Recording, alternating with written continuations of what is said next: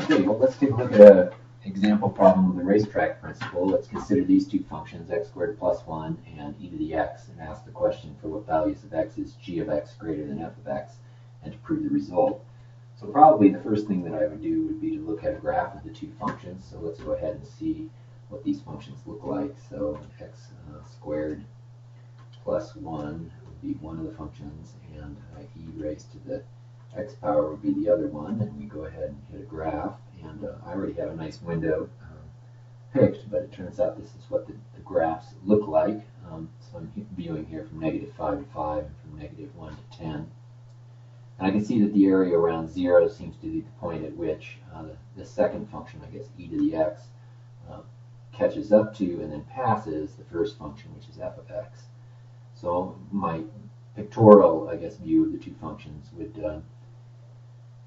be, this idea that at 0, and from every point to the right of 0, I guess, or every x value to the right of 0, g of x would always be greater than f of x. Of course, how can we be certain that these two functions don't somewhere off the page, cross again? And the racetrack principle is the principle that allows us to prove this in an ironclad fashion. So let's go ahead and use that principle to prove that indeed g of x is greater than f of x for all values of x greater than 0. So the first thing you're going to need to find is a point where the two functions are equal, and it appears that the two functions are equal at 0, but let's just verify that for our audience. So f of 0 is equal to 0 squared plus 1, so it is equal to 1. And g of 0 is equal to e to the 0, which is anything to the 0, of course, is 1. So at x equals 0, the functions are equal. Now, to show that g of x is greater than f of x for all values of x greater than 0, all we have to show is that g of x is increasing more rapidly than f of x for every point in the I guess the domain 0 to infinity. So let's go ahead and show that that's the case as well. So the first thing we probably want to do is compute the derivative of f of x, which is 2x, and then compute the derivative of g of x, which is just e to the x. And then we just make a simple observation. Well, I mean, even at 0, these two, you can see that 2 times 0 is 0, whereas e to the 0 is 1. So at 0, g prime of x is greater than e of x. And of course, at any value in between, f prime of x is going to be smaller than g prime of x. One way of verifying that then would be also to just take a look at a graph.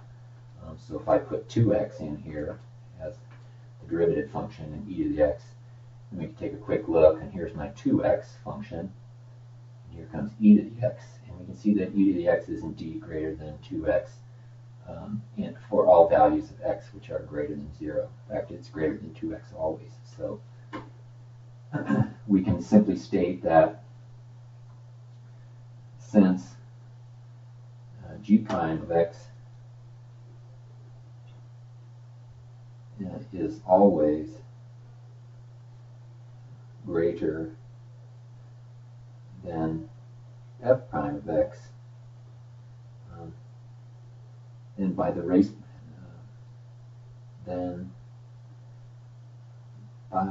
racetrack principle,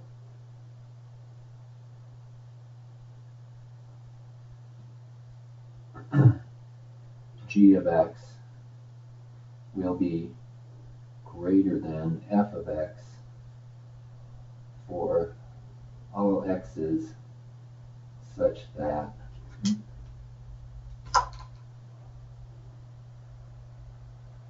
x is greater than 0. So that would be an example of the application of the racetrack principle. And just to sort of summarize, the racetrack principle says that if two functions are equal valued at a point, and one's derivative is greater than the other's derivative for all points in a certain domain to the right of the equal valued functions, the point of equal value, well then the one with the greater derivative, the greater rate of change, will always be larger than the one with the lesser rate of change.